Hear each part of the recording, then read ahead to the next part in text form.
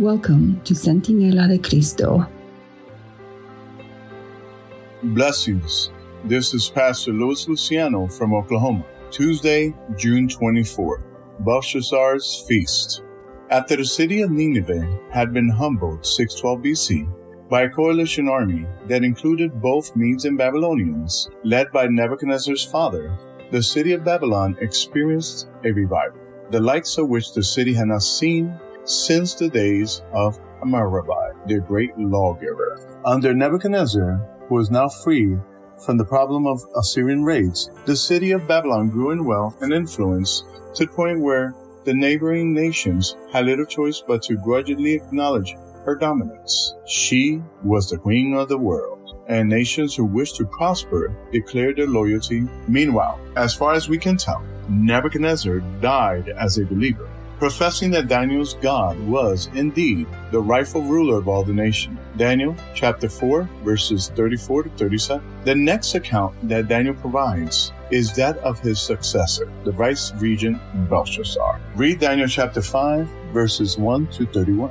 What important spiritual messages can we take from this account? What ultimately tripped up Belshazzar? Perhaps the saddest, most tragic part of this account is found in Daniel chapter 5, verse 22. After recounting to the king the downfall and then restoration of Nebuchadnezzar, Daniel says to him, "But you, his son, Belshazzar, have not humbled your heart, although you knew all this." That is, though he had the opportunity to know truth, though he might have been witness firsthand what happened to Nebuchadnezzar, he chose to ignore these events and instead embarked on the same course that brought his predecessor so much trouble. As Nebuchadnezzar had done by erecting the golden statue, Belshazzar was openly defying what Daniel's God had predicted. By using the temple vessels in a profane manner, he was likely underscoring the fact that Babylon had conquered the Jews and now possessed their God's religious articles.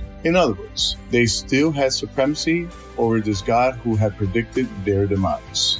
It was, indeed, an act of total defiance. Even though Belshazzar had more than enough evidence, proof, to know better, he had enough head knowledge to know the truth. The problem, instead, was his heart. In the last days, as the final crisis breaks upon the world, people will be given the opportunity to know the truth as well. What determines their choice, as with Belshazzar, will be their hearts.